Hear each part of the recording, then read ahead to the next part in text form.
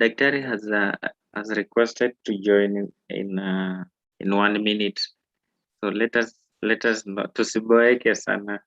Let us be active. If you have any question, you can raise in the chat box. You have a concern, you can raise in the chat box. And I'm really happy to have Ruto Kamama from Baringo, Shiriepo from Kwea, Mokwa Vincent from Yoen, Michael Njuguna.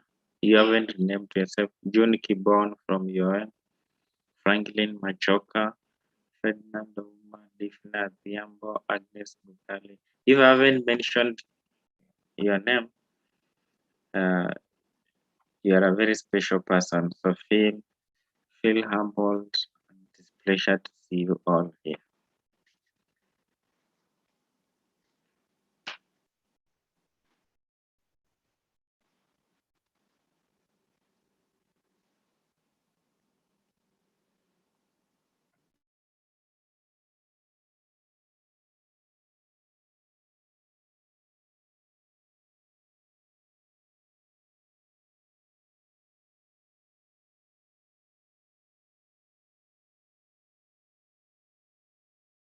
Maybe as the speaker, just a recap of last week's training on Saturday. We had our speaker, Mr. Charles Kanjama, who talked about leadership, governance, and integrity, a topic that all of us are all aware as we are nearing election in our country. It's very important that we, the young people, we may take roles in leadership positions or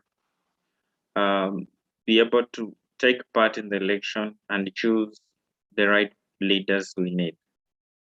So he stressed on the need for us to rise up on the occasion, maintain integrity in our leadership positions, and be able to do our best.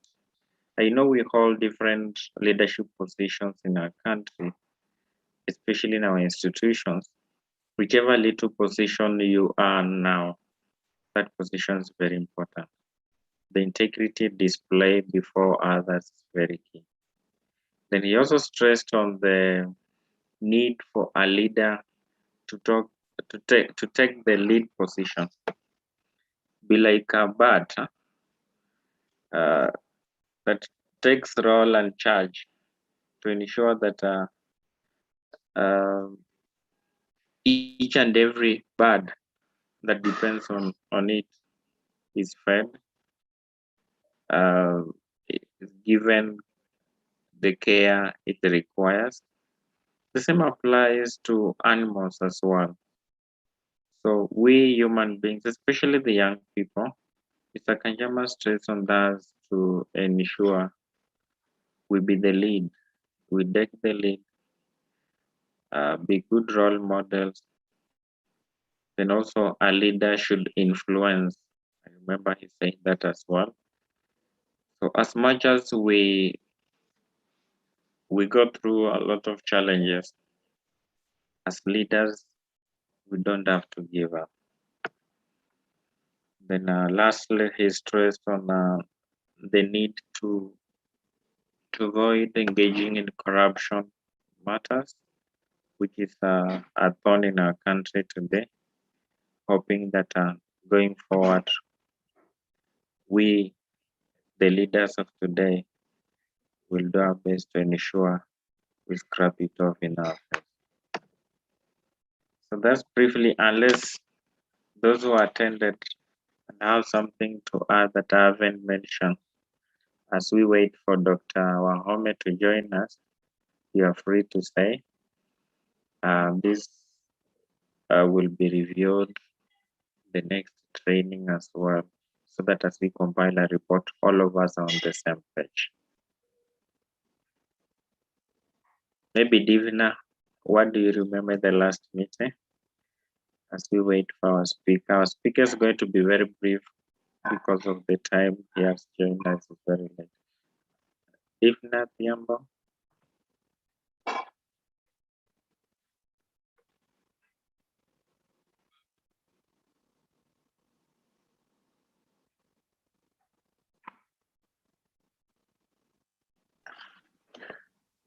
I apologize. I wasn't able to attend the meeting since I had an exam at the same time, but I think I'll go through the recording, then get some insight of what you guys discussed on that day.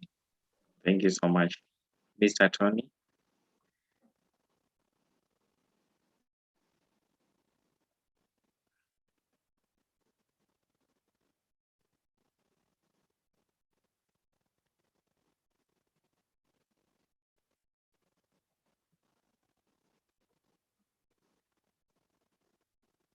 Yeah, thank you, Tobias.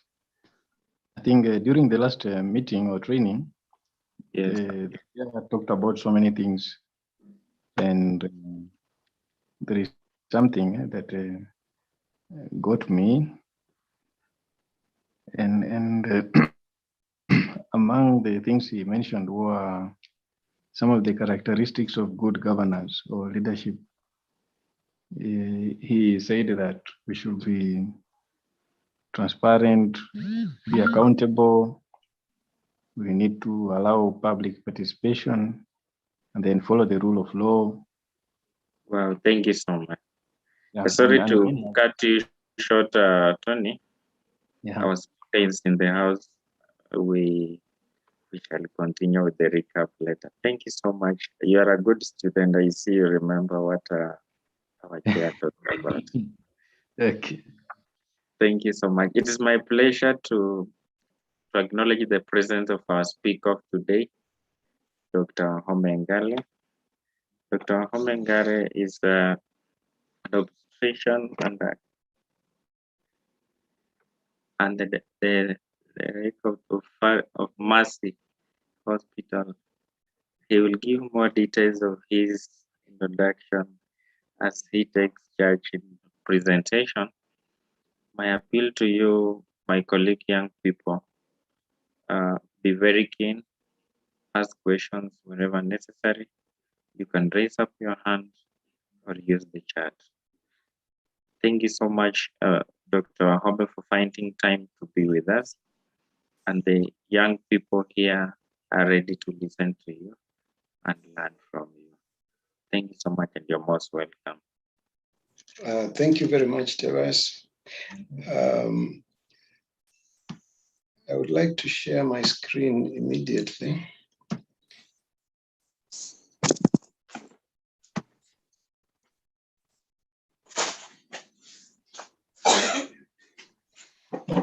Are you able to see my screen? Yes, we are able to see your screen. Wonderful. Like you have been told, my name is Wahomengari. I am an obstetrician gynecologist. That is a big name that Tobias is struggling with. I like to tell people I'm the husband of Mercy. I'm the father to Nyinge, Ngari, and Gadoni. And I'm a child of God. And I am the convener of the Life Committee of Kcpf, which then means that I am charged to protect life from conception to natural death. And the topic today is a bit philosophical, and I'll try and make it as simple but as engaging as possible so that we can see how to use our Christian values, even where people would prefer to use the term ethics as opposed to morality. So there are those three terms, religion, morality, and ethics. How do they relate to each other? Allow me to switch off my video for now. So morality basically are principles concerning the distinction between right and wrong, or what is good and what is bad behavior. And morality generally is drawn from religion. Ethics, which is also sometimes called moral philosophy, again is a discipline concerning with what is morally good and bad, what is morally right or wrong. If you look at those two definitions, they look very, very similar, except that when you're dealing with ethics, then the idea is that it is independent. It is independent of religion. So there are those who are atheists and they deny the presence of God or the spiritual world, but they still are guided by some principles of what is right and what is wrong. Where they draw these principles from, I do not know, but it is important to understand that the law of God is written in our hearts. It is written in our hearts. Now, when we talk about truth, spirituality, morality, religion, and ethics, and how they relate, which is extremely important, understand that it is the search for truth that brings us to acknowledge the spiritual world, which then defines our spirituality. Spirituality here meaning simply that there is a spirit world and how we relate, how the physical and the spirit world relate. So anytime you're seeking the truth, and we shall see how that works. Morality is then drawn from our spirituality. So once you have understood how we relate to the spiritual world, then the values of what is right and wrong become clear. Then culture and religion are drawn from morality. So it's important to understand that if you put yourself at the beginning, there was no religion, there was no culture. The question is, what was there before all this? And it was spirituality, then morality, and then out of that, cultures and religion developed. So ethics would be the search of truth that is devoid of spirituality and religion. And what is common between morality and ethics is that both are drawn from the truth. So in essence, if we focus on the truth, then we would find that one who is moral would also be ethical. Okay, so long as it is the truth we are seeking, then one who is morally upright and one who is ethical will be reconciled. Now, as we start the search for the truth, because it is important to understand the foundation of our faith very clearly before we can go further with this topic, I always refer to this chart. And this chart is the life cycle of a chicken. And it is designed by the evolutionists. And the dilemma of the evolutionist is between the chicken and the egg, which came first. Between the chicken and the egg, which came first. Now, what the evolutionists say is that it is impossible to sort out that dilemma, because if you say it is the hen, then they ask you who laid the egg. If you say it is the egg, then the question is who laid the egg? If you say it is the chicken that came first, then the question is from which egg did it hatch? And they use this picture and this life cycle to tell us that it is not possible to determine what came first between the chicken and the egg. But the truth is that the creationist solution is very simple, that this egg would never hatch into a chick unless it was fertilized. And therefore, there is no way the egg could have come first. There is somebody who is coughing who has their mic on. Would you kindly mute your mic? So there is no way this egg would become a chick, would hatch into a chick if the egg was not fertilized. And for the egg to be fertilized, then it means that the male must be present. So remember, this chart does not have the male, it only has the adult female. But when you understand that this egg must be fertilized, then you understand that both the male and the female must have been present at the same time, at the beginning of their species, so that they would mate for this egg to be fertilized, for the chick to become.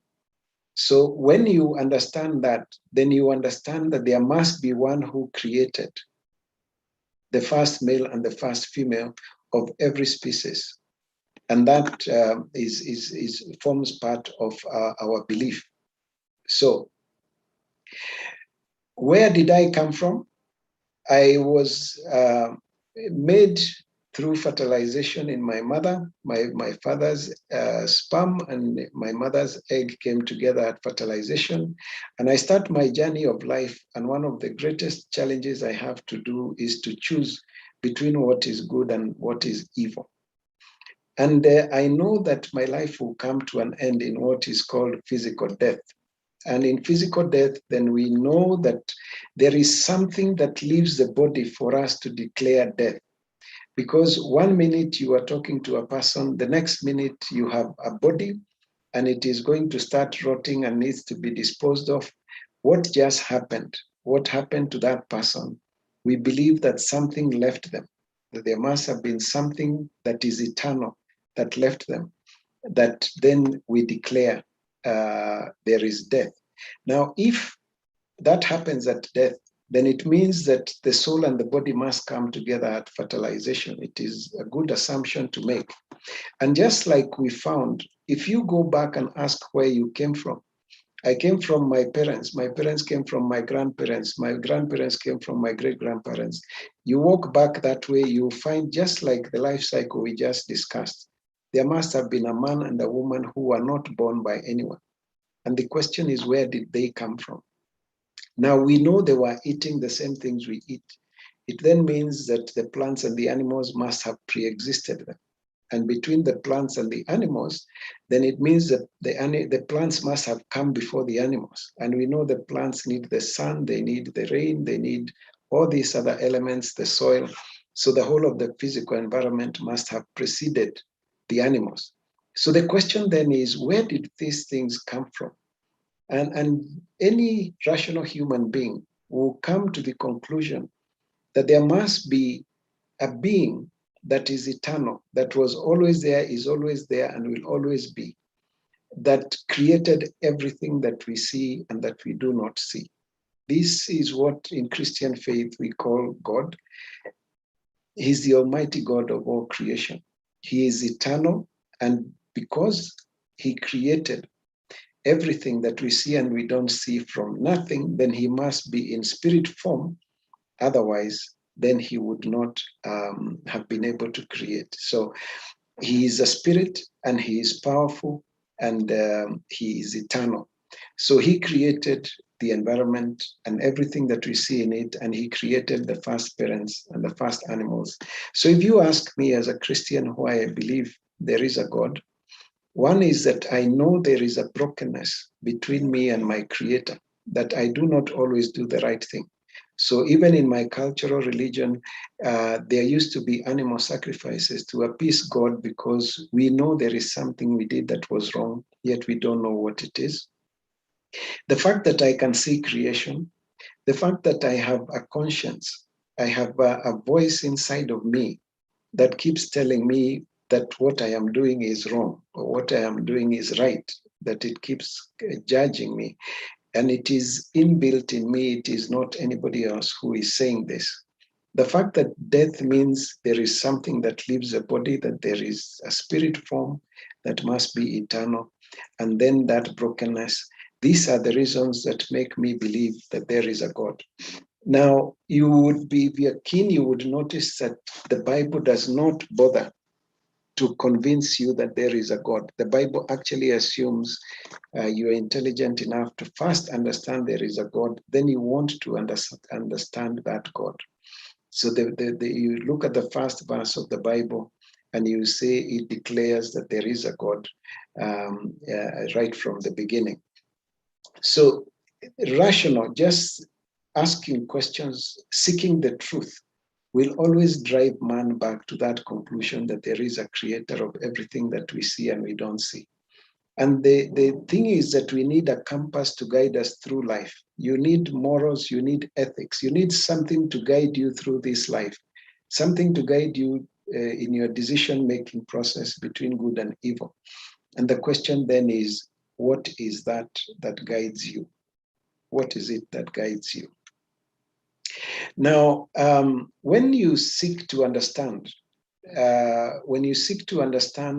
the origin of the universe and the purpose of man, what you will find is that it will lead you to religion.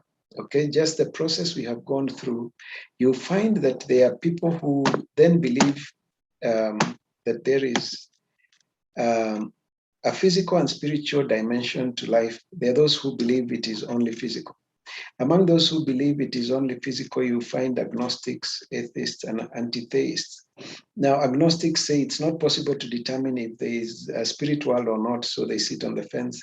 The atheists deny it completely. There is no spirit world, no God, no devil, no spirit. It's just a physical world. You die, you die. Then there is this group that is called the anti-theists. Now, they come to Kenya and register as atheists, but what they do is that they deny God and they challenge your belief in God. So they are anti-theists. That's a dangerous group. The atheists would not be, but those who pretend to be atheists, but then challenge our belief in God, they want God to be removed from the anthem, they want God removed from our constitution. Those are dangerous fellows, and those are anti-theists. Now, of those who believe that there is both a physical and spiritual world, there are those who believe it is mainly spiritual, that anything you find in body is a spirit that is trapped. And there you'll find the Buddhists. Now, when you find those who believe in the spiritual and the physical, then there are those who submit to good spirits, there are those who submit to evil spirits. Now, among those who submit to evil spirits, you'll find the Satanists, witches, and wizards. And there are people who can actually do miracles. They can actually call on spirits to win you favors, to win an election, to do